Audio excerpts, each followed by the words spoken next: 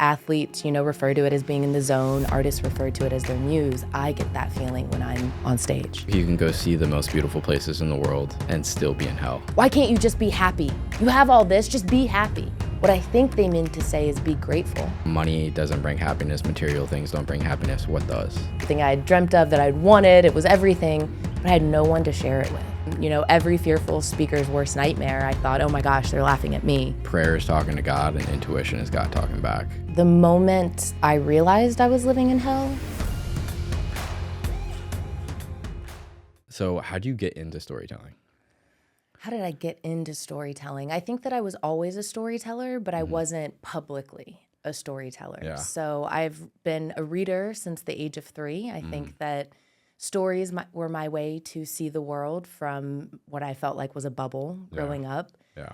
But it was the day that I had the courage to be seen and heard for the first time that opened me up to getting past my biggest fear of public expression and tapping into my gift as a storyteller. Now, I know you put like the thing magnetic storytelling. Like, what does that mean? I love that question. Yeah. Okay, so diving into a little bit of physics here, there's everything in the world, the universe has matter, right? And there's magnetic things and things that are not magnetic. Things that are not magnetic have electrons that spin in opposing directions. Yeah. But to be magnetic, the electrons on the inside spin in the same direction as the electrons on the outside. There's alignment. And so for me, when you're having a magnetic story, it is this alignment between your authentic self and how you express that outwardly. Interesting. How do you get into this? Like, where did it start? Well, it started, again, on that day that I had the courage. I was traveling Mind Valley University. I'd just gone through a huge life shift. I was with the same boyfriend from the age of 16 to 31. Wow. Pretty crazy. Yeah. Didn't give myself a lot of time to develop as an individual. And we were at Mind Valley University. We're like, oh my gosh, look at all these people who are just like us. They care about personal development and growth. High five, see you never. Yeah. We were in a shared Airbnb. I was looking at the schedule. What can get me out of this Airbnb today? I found myself at a storytelling workshop in the park only because it was in the park. Yeah. So I showed up, I went, we were partnered up, asked to video our partner sharing their story. And when I got done, the camera was like on the ground, the guy's mouth was open, and he's like, you have to share that. I was like, I just opened my mouth and told a story about what just happened to me. No way, I can't go up. I was in this mismatched laundry day outfit. Our Airbnb laundry machine wasn't working, and I was just ridiculous and stepped up on this little stage, heart pounding. And by stage, I mean park bench. And I looked out into the crowd, and, every fearful speaker's worst nightmare, I thought, oh my gosh, they're laughing at me. But as I went on with my story and was like, just hurry up, finish, you can run away and hide. Yeah. I remember looking out and feeling like I was a conductor guiding their emotions. They laughed with me. They gasped in unison. And a few even cried. And when I got done, they pulled me into this big, touchy-feely Mind Valley hug. It's like, this is what I feared all my life, this? Yeah. So that day I made a pretty bold declaration. And there's been lots of twists and turns, but it started with courage. Can you dive into that feeling, like that first feeling that you got, like when you're on stage? It's like this tether of connection. It's a palpable feeling. And that's why I do it to this day. Like, it's taken a lot of courage and fear facing, even though to see me, you're like, you're eloquent and you're a good storyteller. Yeah. I think I've crossed the barrier of not being nervous. But only because I'm doing it so often and I'm not really having time to be nervous. But every time I stepped on stage, I would still be so nervous. Interesting. I'd go through this phase like a week before. I'd break down in tears. I'd cry. Why do I do this? What am I doing to myself? But it was because of the feeling that I get, and I equate it. It's my flow state. I become a vessel. I feel like I'm channeling words that are bigger than myself. And athletes, refer to it as being in the zone. Artists refer to it as their muse. I get that feeling when I'm on stage. Do you think it's like your God-given gift? I do. How do you know? I didn't believe in that for a really long time. I didn't want to believe in that. I've always been very obsessed with yes, okay, but how? And I would spend way too many nights awake obsessing over the meaning of life. It drove me crazy. I feel like in a lot of ways I waited for God my entire life, but I did not grow up in a religious household. I was told we're not going to force any views on you, make your own decisions. But growing up in a bubble didn't expose me to any other way of being. I just heard all of the bad stories of religion my whole life. You know, church is hypocritical, this, that, and the other. And it was at a point September's like my faith anniversary. So I guess it's been 3 years now. Oh, wow. Okay. And I was in a really broken feeling. Maybe it's been 2. I'll have to fact check. I'm about the same, actually. Really? Yeah. Really? Ooh. Okay, yeah, let's dive back into like your childhood. I know you like traveled a bunch growing up in 35 countries. I don't know anyone who's ever done that. Was traveling when you got to adulthood, did you go travel, or was that like childhood? 35 countries in 5 years. Oh, boom, 5 boom, years. boom. Yeah. Okay. Pretty much. I did, let's see. So for me, I grew up in this bubble and I always wanted to see the world. And I was 25, 26 before it happened. And I had gone through pretty significant health challenges in my 20s. The more I was trying to get healthy, the more everything seemed to fail me. And it ended with, I mean, I don't need to go into details, but I found a breast lump. I was scared it was cancer. My hair was falling out. Wow. It was like it really catapulted. And That's then crazy. I lost health insurance. Okay. So I ended up within a year kind of miraculously coming back from that, understanding that it all was rooted in gut health. And 10 or 15 years ago, people weren't talking about gut health like they do today. I was on the back pages of Google finding things. And that time taught me how to care for my body in a new way that would set me up for the rest of my life.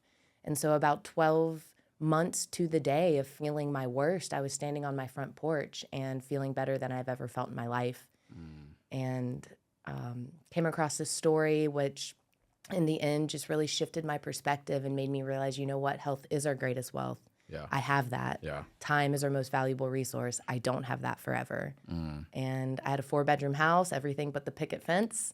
And I sold every bit of it in a garage sale or gave it away, put tenants in my house, and I set sail. I did 20 countries in the first 11 months and did 30 by the age of 30. Wow. And then kept going for a little while longer before I got the calling to come home. Yeah, so you talk about storytelling. Like you have so many stories to tell. I do. And you have so many different like you see so many different cultures and the way they do things and the different languages and different food and the different ways they go about life, different perspectives. Like what did that do with your storytelling? You know, I've always been really fascinated with culture. When I was 4 years old and moved into the house that my parents still live in to this day, there was a little girl of Turkish descent that lived right next door. And her family was born in America, but her grandmother would come over in the summers and teach me Turkish words and Turkish desserts. And I was always so fascinated. And as I grew up, I just have never really understood why people fear thy neighbor, why people don't celebrate differences. Even in the conversation at the event that we were at last night, I've always felt a little bit of an outsider like that, and traveling only has made me feel more so because I'm so fascinated with culture. I think it should be celebrated. I think it should be preserved. I think we should look at the things from the best things from the different cultures and bring them together and not lose that to the digital age, to the isolation age. Let's celebrate the way things have been done for centuries. Yeah, what were some of the biggest things you picked up like on those trips? Yeah, and so it was in Cambodia that I really had like the biggest shift because Cambodia was racked with tragedy within my lifetime. I don't know if you've heard about Pol Pot and the killing fields and all of that. We weren't taught that in school. Yeah. And it was so eye-opening that this culture who had lost such a profound part of their generation would be so grateful for the smallest things. And it taught me, one, we're all rich. We have dryers. Yeah.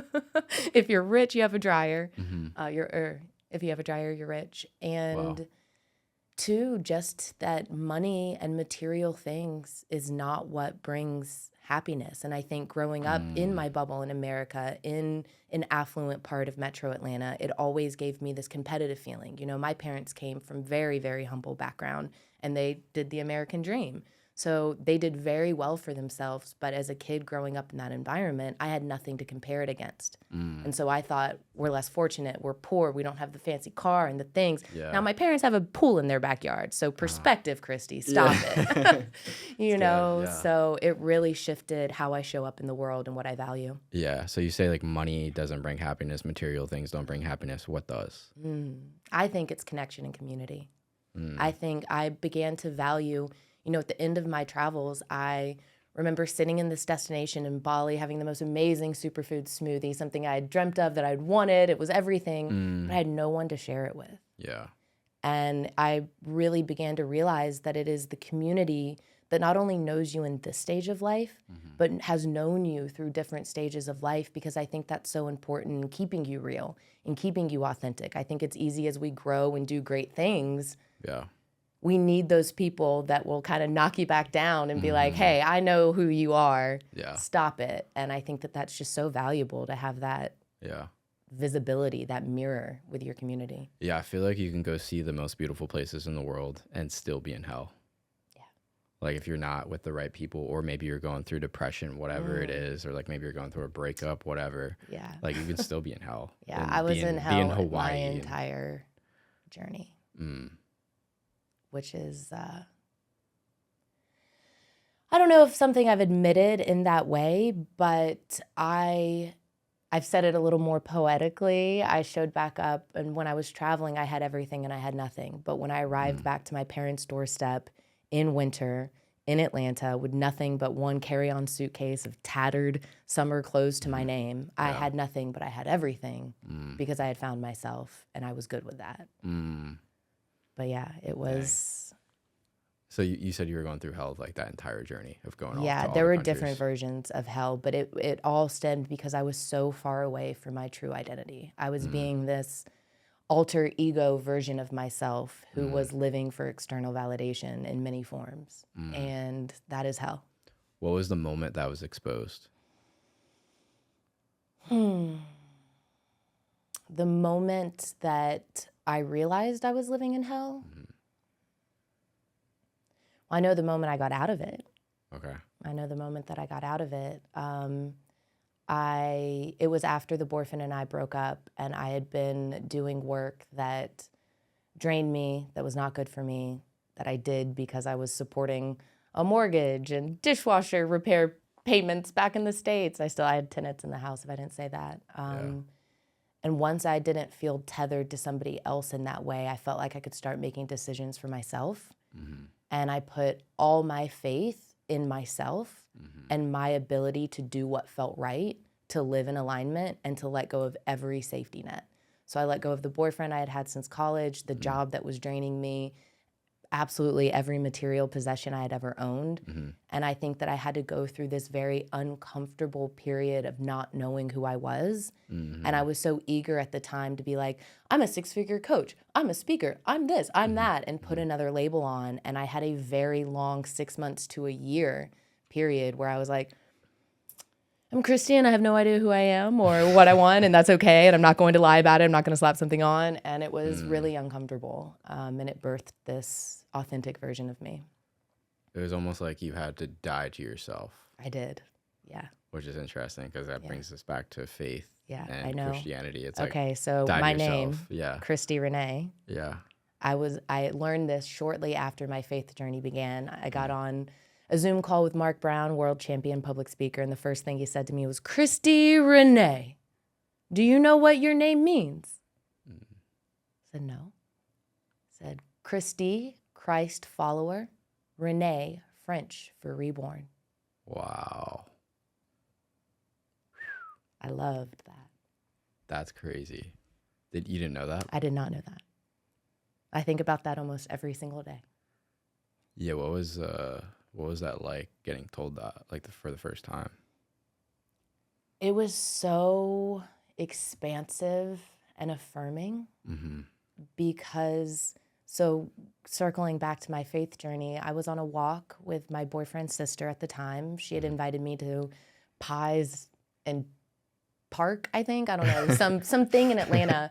And as I was driving down, I could not hold the tears back. And I called her and I was like, hey, before we meet up with your friends, I need to go on a walk. I need to tell you what's going on. Like, I'm just not that okay. I just felt, honestly, what it feels like to not have faith, to not have God, to have everything in life resting on your shoulders, feeling like you're in control of things and having to make decisions. The pressure was insurmountable. I knew nothing but fear and anxiety. I didn't have any coping skills. Right. And so we're on the walk, and she looked at me and was like, well, when I feel that way, I lean on my faith.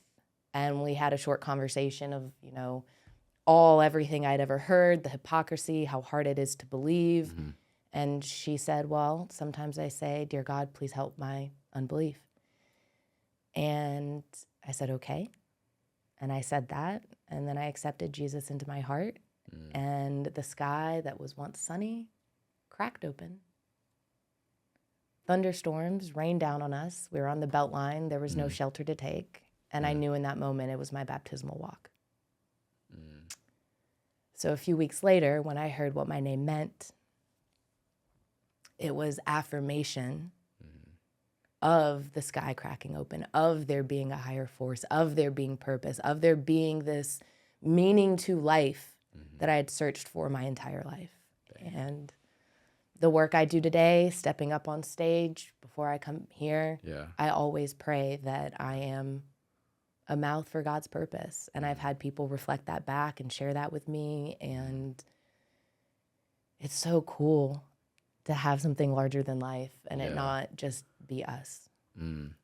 So where was this on your journey? Was it after you went and traveled to the 30 countries? It was. Okay. Yeah. So traveled to 35 countries. In the end, it was kind of threefold. I had the call for community, connection, but at the same time, I was on this quest of courage. I was facing fear after fear after fear, heights.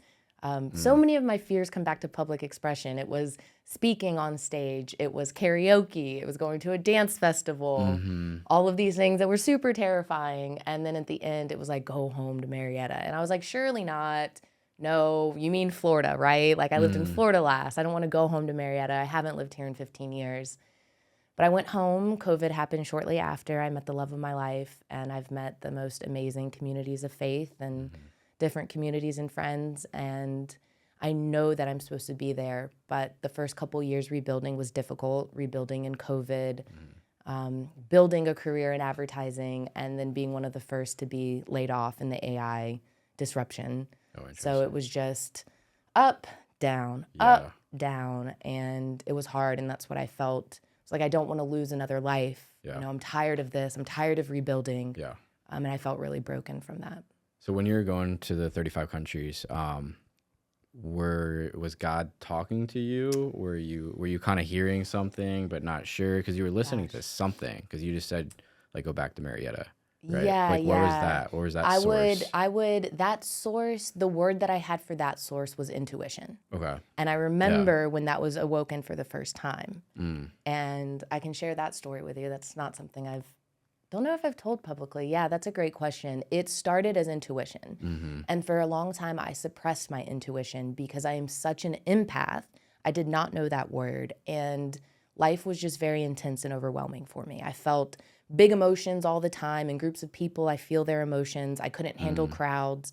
Nobody had put words to this. I didn't know. Now we say overstimulated, neurodivergent, maybe spectrum. You know, we have words, we have understanding. But back then, I was around people who didn't talk about energy, who didn't feel energy. And I was just always like, you know? So I did as much as I could to suppress that feeling. And this is when I was traveling. It was in 2017. I was on a sailboat in Greece. And there was the loud and rowdy party crew, and then there was kind of the more intellectual, you know, let's just sip our Grecian wine and play cards. And we kept kind of hopping from boat to boat to get away from the loud party animals. And we were in a cabin of this boat, and I walked in, and immediately I was like, whoa, something's wrong in here. And normally I would have been like, something's wrong with me. Why do I feel bad? But I was maybe freer on the Aegean Sea that night under the stars. I was like, something's wrong in here. Now, I shared it with everybody. They did what I was very used to. You're just feeling things. You know. Oh, the weird girl's room's back there. She's crazy. You're just feeling that. Ha ha. Couple minutes later, The captain walks in the board and he's drunk because we're at anchor. It's his time to be off. And he's like, do you guys smell that gas? Nobody had been cooking since midday, so the cabin had been filling with gas for hours and hours. And then the crazy party crew comes in, unlit cigarette dangling from her mouth. And it was like slow action cinema. She took out her lighter out of her pocket, slid it out, flicked it. I'm in the back corner, hidden, like barricaded by the table. Yeah. And that's when adrenaline and instinct kicked in. I just leapt over the table, grabbed her cigarette, shoved her out of the room, threw her lighter and cigarette out to sea. Yeah. And that moment was like, that was my intuition. Yeah. Giving me the sense that something was unsafe. And all my life I've shoved that down. And had I shoved that down, we may not be here today. So that was a defining moment in my life of, hey, your ability to feel things others don't shove it down. Don't ignore it. Don't let other people tell you you're crazy. Lean into that. And how would you explain intuition? I think it comes differently to everybody. I've been curious about it and asking questions. I hear some people get like a whisper behind, actually, I think they say a left ear. Mine comes from the left side of my stomach. It's like a gut intuition. It's like a really low voice. That's why I always go home to Marietta. It's like this low gut, just like either knowingness. Sometimes there's a voice. It's less often words for me. I think it comes in different ways, but having this conversation through the years, I see there's usually senses of patterns. What would you say for you? I would say prayer is talking to God and intuition is God talking back. So I think it's God's voice. Yeah. Yeah. I do now. Yeah. I do now. But I didn't. Back then, I remember I was writing my first book, and there's a section in the front that does address that. It's like throughout this book, I think I say, I'm going to use the word intuition, use whatever works for you, God, Buddha, Allah, source. Yeah. I was like, I don't believe in that, but I'm intuition. And I'm so happy that I do. Yeah. Why do you think some people like have that intuition and some people don't? I would have to say, I think they're probably just blocking it off as I was. I think that we make decisions that go against our intuition so much that we have a challenge between distinguishing what's intuition's voice and what's that fear, neurotic, that inner chatter that we have that kind of holds us back from doing things. They're two very distinct voices. And I think that if we get in the habit of listening to the fear voice, that voice becomes louder and louder and louder. Yeah. I also think that there's things that I say clutter up or cause interference to our intuition. So my experience with my gut health taught me that if our system's not working very cleanly, if we're having challenges, we have a lot harder time receiving the message or the divine guidance that comes through our body. I think there's so many like gut health, like how sober are you, right? And it's not just like drinking or smoking, it's just like how like with your food and your energy levels and your sleep, like how sober are you? How much can you tap into that intuition? And then like I would say sin brings you away from intuition because you're like blocking off God's voice. You're separating yourself from God. Yeah. And I think a lot of times like people go against their intuition so many times that they just don't have it anymore. Yeah. They can't distinguish what it is and what it isn't. That's good. So storytelling, how can someone like craft their story? How can someone like find their story and like tell their story to the world? I hear that as three separate questions. So I do teach a magnetic storytelling framework. And in that, I believe, some of the storytelling greats, Les Brown, Daryl Stinson, you'll always hear them say, you should never tell a story without making a point, and you should never make a point without telling a story. I think that's great advice. And I say yes, and. I think a story can do a lot more than that. Yeah. And in the storytelling framework that I teach people to use their personal experience married with their professional expertise and then tell a strategic, short telling of events that does three different things. Yeah. So yes, you're making a point, but on top of that, you're also inspiring trust in the listener, which is really important in the age that we are in with trust being so hard to come by. People are very guarded. This is the most guarded generation of buyers in history. So when you're telling this strategic story, it's, they've been in the trenches. They fought this fight with me. I trust them to have this solution. it also motivates action. So I don't think that today it's enough to just make a point. I think that modern living has made us so comfortable that growth has become very uncomfortable, and we're in this little bit of a freeze era. So if we tell that story that motivates this flame of action, well, then we're doing something good. And thirdly, the story, this is my favorite part of it, it gives a structure to be vulnerable. I think a lot of leaders understand the power of vulnerability, but don't understand, well, how can I bring it out without being messy, or I don't want to ramble.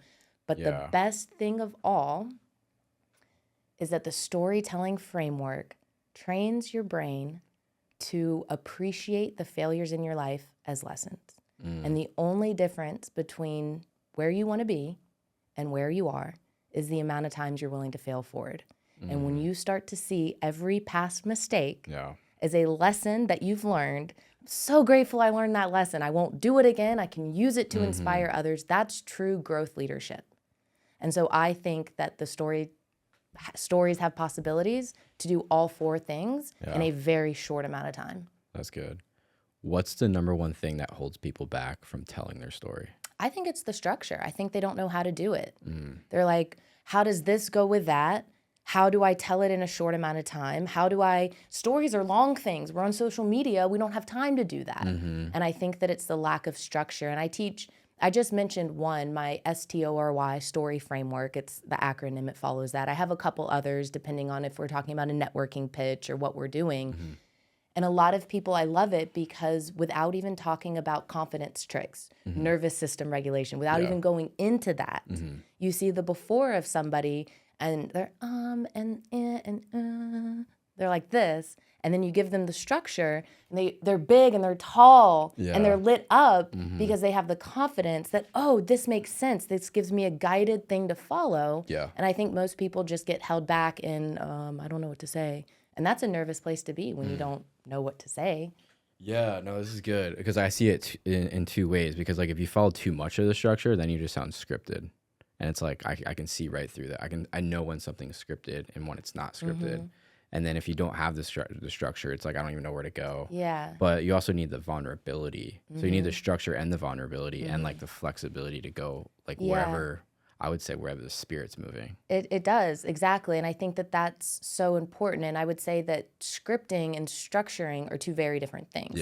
Scripting is word for word, line by line. Structure is, okay, S, we're going to set the stage. This is engaging their senses. T, we're going to introduce the trial, the tension, the obstacle. O, I'm going to own the lesson. This is what I've learned. And it goes on and on from there. So it's less of these exact words I'm saying and more bullet points in your mind that you can follow through. How does someone fully express themselves when they're telling their story? I think full expression, I don't even know if I'm there right now. I spent so many years. So I had the great opportunity to speak on the Mind Valley University stage in 2019. That was the moment that I was like, this is the best day of my life. I'm moving back home. You know, it was the connection, the community, the courage. But I think I had mentioned there's 3 reasons. And the other was, I'm going to go get into the events industry. This was amazing. And then I spent the next couple years being so systematically suppressed that I ended up being more suppressed than I ever was at the beginning. And so for me, I have plans when I get back in town with my friend, we're going karaoke because it sounds terrible. And I know that in order to be, and I have invites on Thursday night, I haven't made it to one yet, but I have different invites for places to go dancing because I know for me, if I'm helping people be fully expressed, I need to be fully expressed. And so there's a lot, style goes into that. Style, I think it's everything. I think it's a journey. What are some different ways that people tell their stories? Because I see, like, obviously, like you're a speaker, you're a keynote speaker up on stage, universities. You can do it on social media. Maybe you can do it on a podcast. What are some different ways that people can tell their stories? Definitely everything you just said. Also networking events. I think it's so often overlooked. We make small talk. We don't know how to make the most of a networking opportunity. But when you know how to strategically use the story method to inspire that trust, motivate action, make a point, you're so memorable and people will refer you very quickly. So I think networking is such a good storytelling opportunity that most people often overlook. Are you talking about speaking in a networking event or just like no, you're just conversations, like meeting people, you know, taking everything and turning it into a relevant story? Right. Because then you're making connection. Yeah. And, you know, memory is tied to emotion and stories elicit emotion. So the goal of going to networking is to be memorable. Yeah. So use a story to create that neurological link. That's good. Do you think storytelling is like the number one way to sell? I do. Yeah. I do.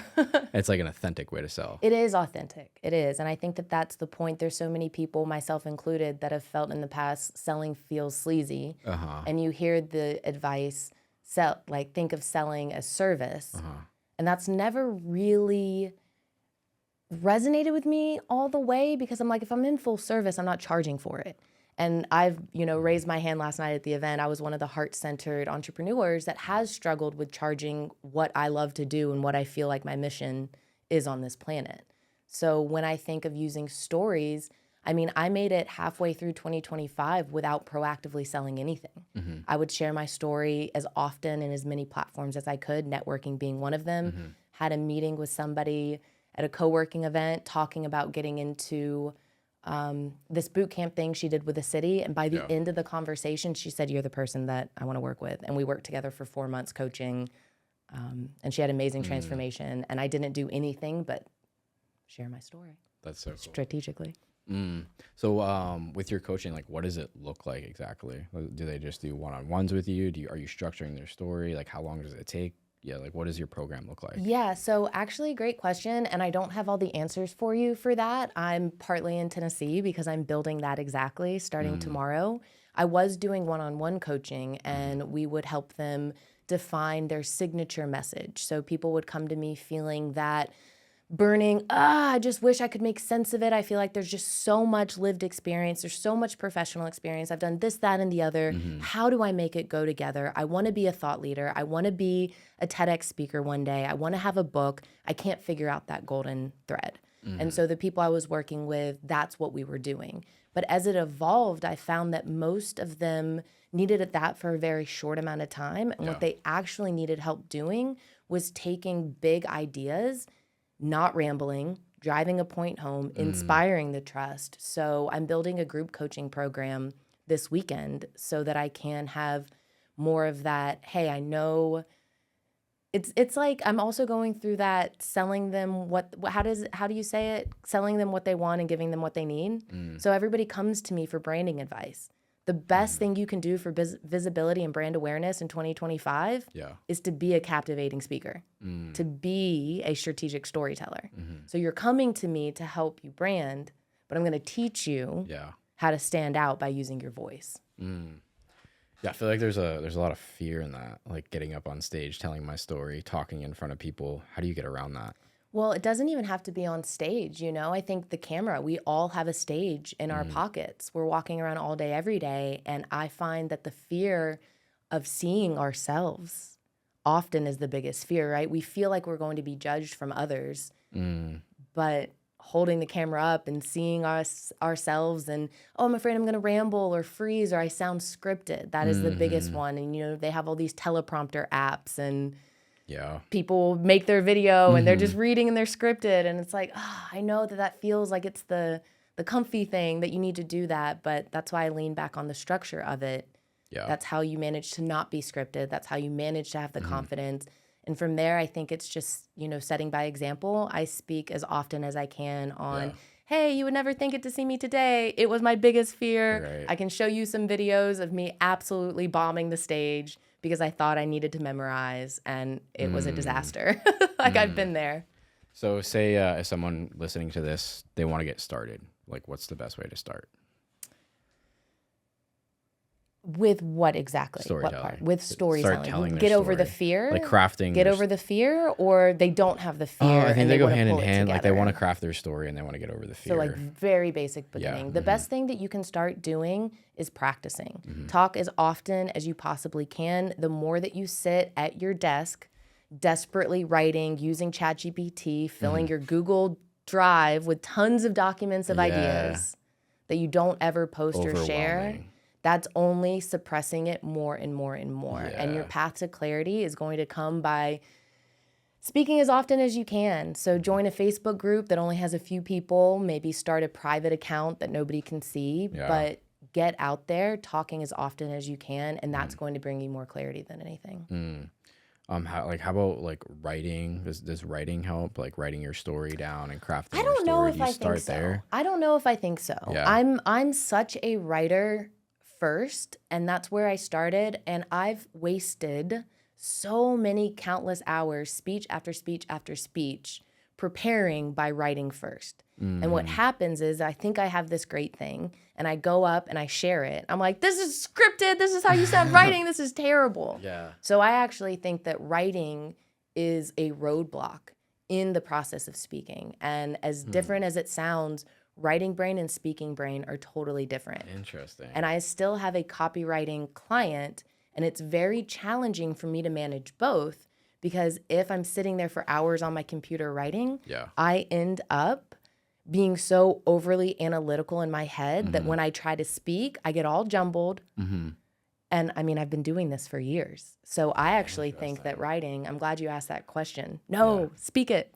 So like, how about writing just to get like your thoughts out there, but you don't like try to like memorize or anything. but Okay, just, so like, bullet topics. points. Okay, Yeah. so yes. So talk it out loud, I think, is step one into like a voice recorder app. Then to help you like, pause, go back, remember, Yeah. write 1 to 3 words for each point, no more. Don't write full sentences. Yeah. Just bullet them.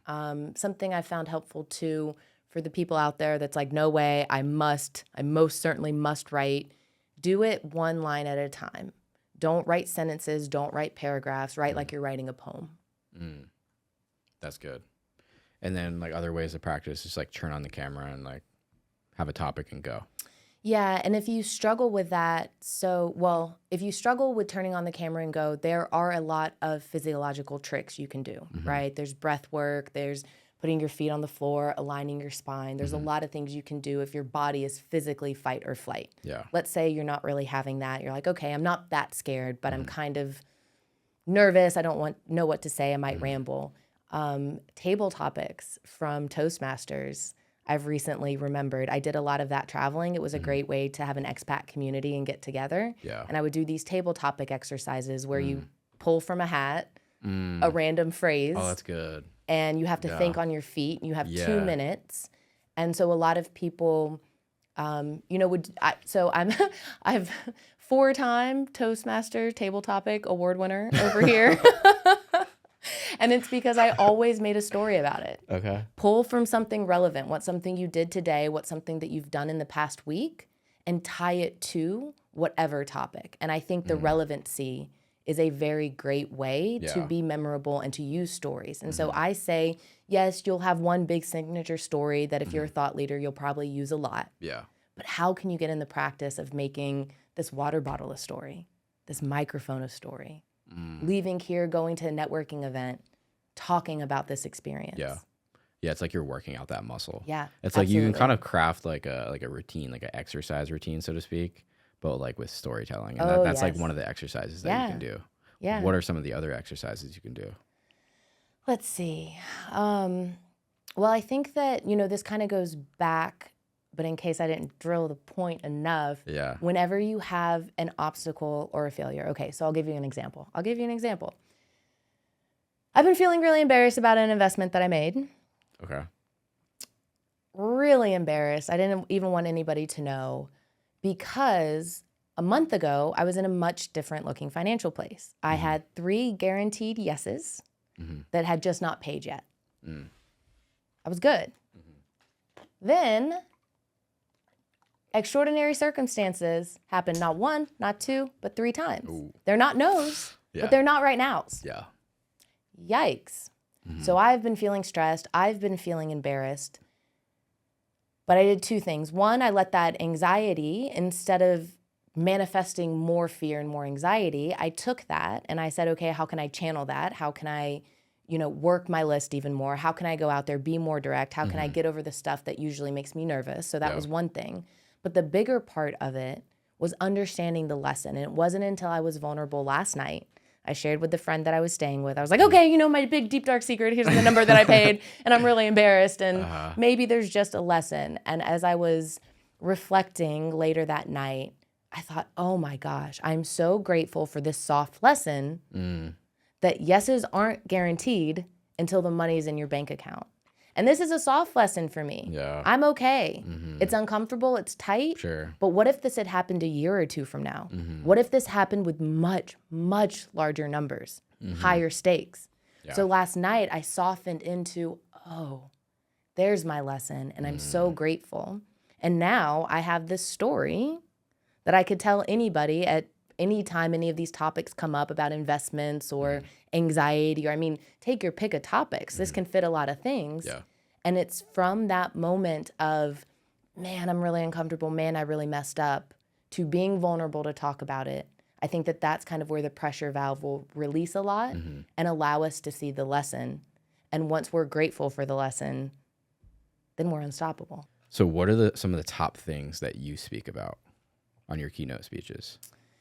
Well, my most recent one was for a women's event, and I repackaged the work that I do with branding and brand growth, and I made it all about how to be unstoppable in your life. It was to a very diverse audience, women in business, from lawyers to entrepreneurs to side hustlers. And I thought, how can I make this the same message that I teach for strategic brand growth? And I realized that growth is growth is growth. Yeah. Right? So a big topic, I have an event later this evening, and I'm going to be talking about disruption and how adaptability is actually the best skill that we can have right now. Yeah. And the 3-step process to getting it. And surprise, it's the same 3-step process for brand growth, but the language is slightly different. So for instance, for cliffhanger, for the unstoppable growth, you need to know your identity first and foremost. And I think it's so easy. I've obviously shared my journey with external validation and seeking to be the person that society wanted me to be, or that social media, do it for the gram, that kind of thing. And it's so common for us to do that without even realizing it. But when we know how to lead authentically, well, like I said, that's very magnetic. Yeah. The second thing you want to do once you have that, and further, I'm talking about not just in person, but being able to do this with your digital presence too, right? So often our digital presence is our first impression. So how can you take that same essence of you and let a digital screen represent that? So that's step one. Step two then is knowing your audience. And I mean, any conversation, any social post, professional, personal, whatever, have empathy. Listen first, speak second, and know how you want the person that you're speaking to, know how they feel before the conversation. Yeah. Pause. Yeah. Think or listen, and then be intentional about how you want them to feel after. It's not changing your identity, but it's filtering your message through the lens they care about. That's going to open so many more doors than just coming through like most of us do. Our message, here's what I've got to say. Yeah. And then third is the mastering the art of strategic storytelling, which we've talked about in depth. Yeah, for sure. No, I've filmed a lot of events, and a lot of the events, like, people are on stage speaking, and like half, sometimes even more than half, they're on their computer, on their phone. Like, what are some ways to assure that that doesn't happen? Yeah, not in my audience, man. No. I'm still figuring out how to articulate that part of me. I think, we're in a faith-driven conversation in room. Yeah. I know it's because I'm tapped in. Like, if you see me personally, sometimes I can be a little batshit crazy, scattered all over the place. I'm running here, I'm running there. I've got all these thoughts and ideas and all this stuff. But when I'm on stage, not a bit of that is up there with me. So, okay, don't be scattered. I'm going to say that. Be very intentional about your energy as much as you are about your words. And one of the things I always like to tell people is that your energy tells your story before you open your mouth. Yeah.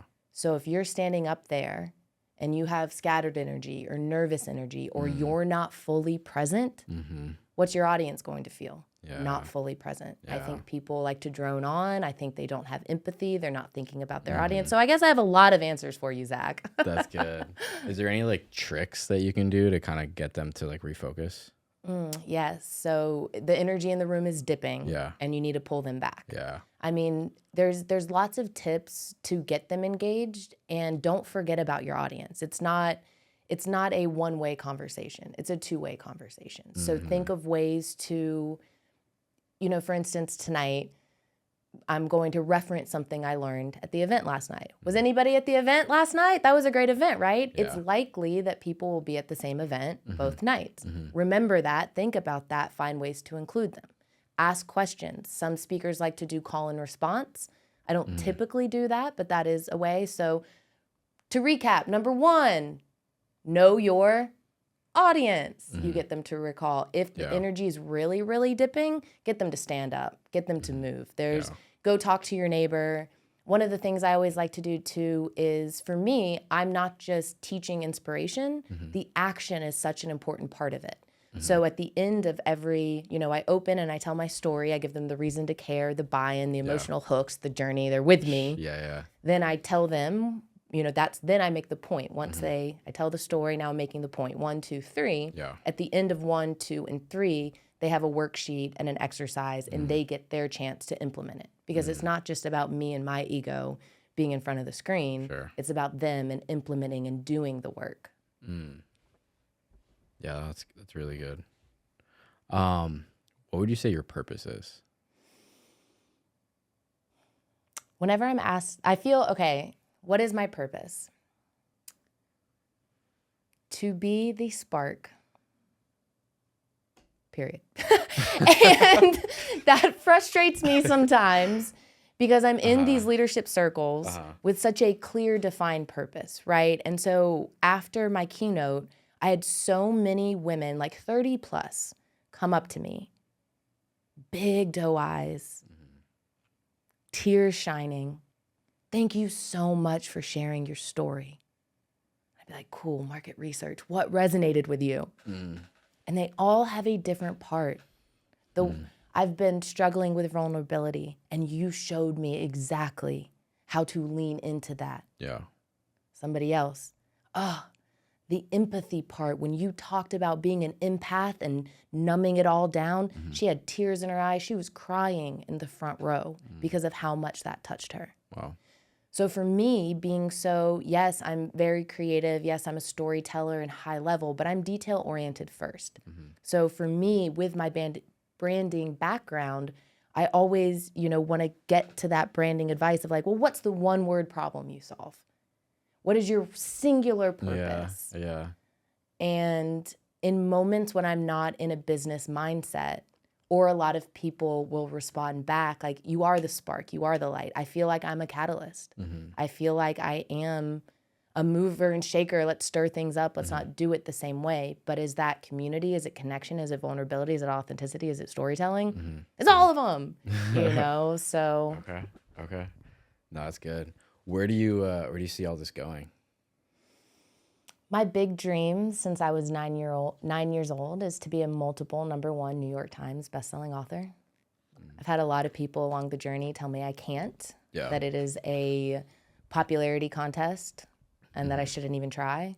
Yeah. And I listened to them for a couple years and then just decided spite is one of the best motivators out there. Watch me.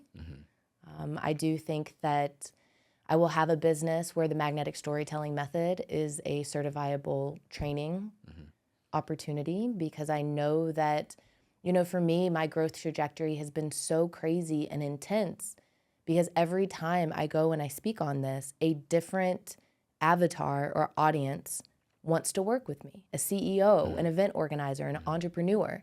And so I tried really hard, just like with the one singular answer, to put myself in this box of, the niches bring the riches, right? And it's like, I should not stop helping all of these people. We're in an era of such disruption. Everyone needs to understand how to use their story. Yeah. It's the most human thing that we have. I feel like I've been waiting my entire life for 2025. We all value connection and community and story. So I think the only answer is to scale big and create a whole empire where everybody can learn to be a strategic story seller. What does the dream life look like? Like, obviously, like that's part of it, but what else?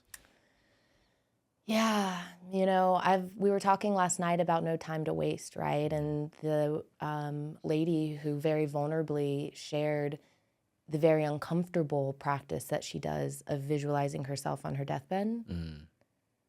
There have been multiple times in my life where I've been like, if I were to go, I've done good.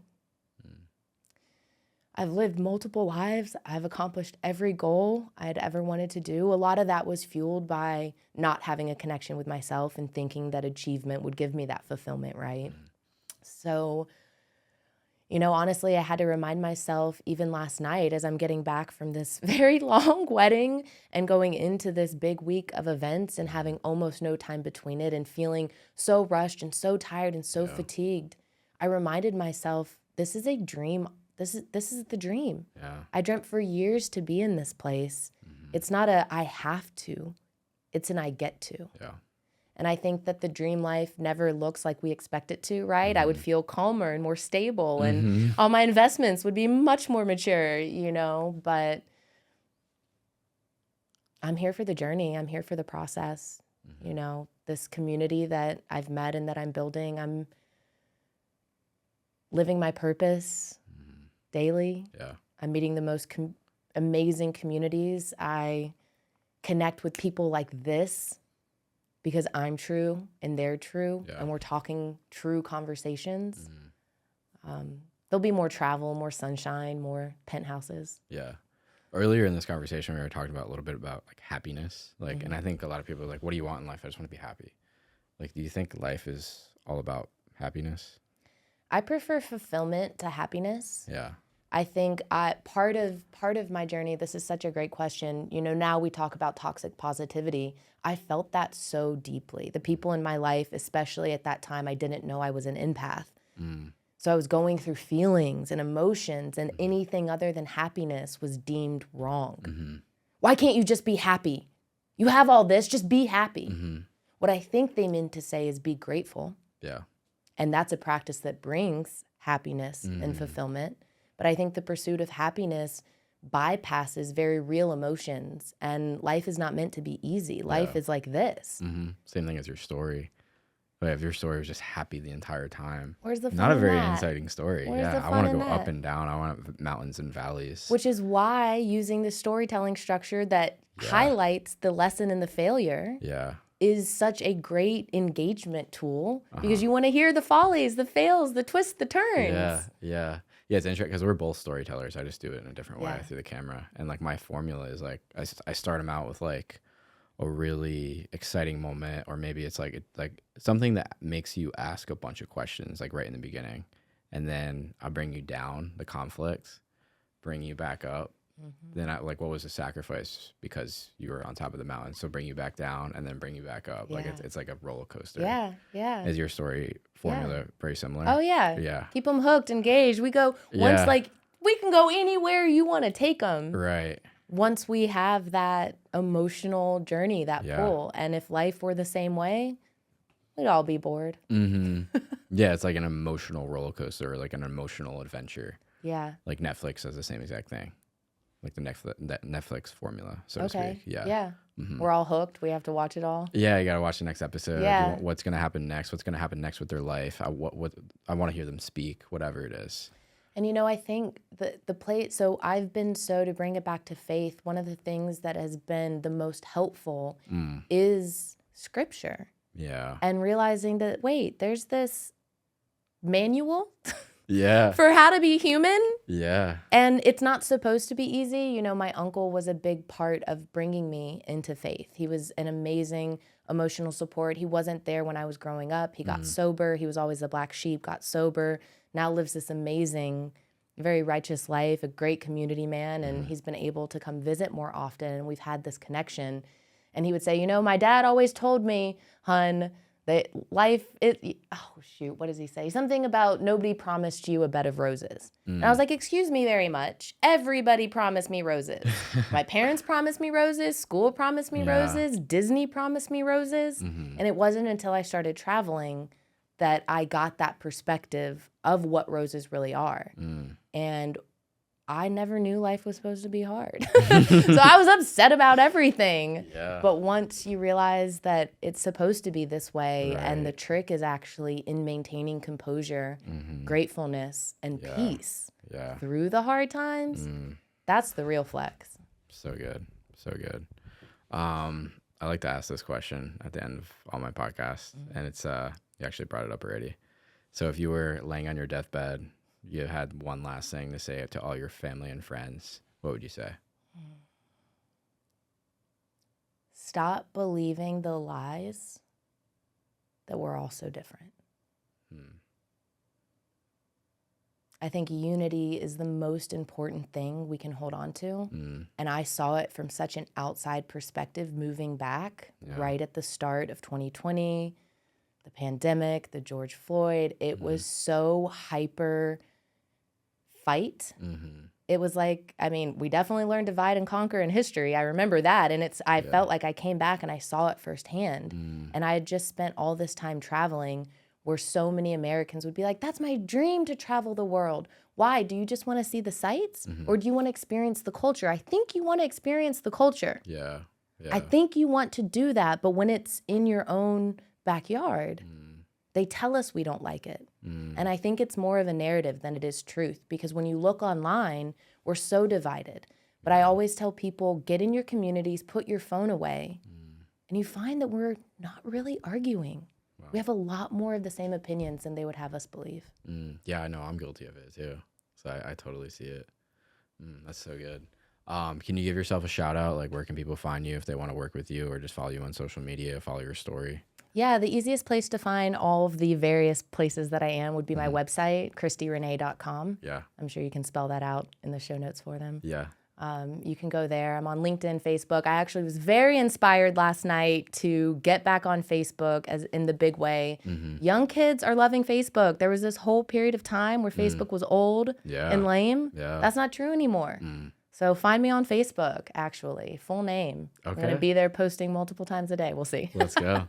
Well, we're about to go record one of your speeches, actually, like pretty much right now. I know. So I'm excited to go do that. I'm excited that, we met, and let's see what else happens in this journey. Thanks for this opportunity, Zach. Yeah. Thanks for coming on. All right. We're out.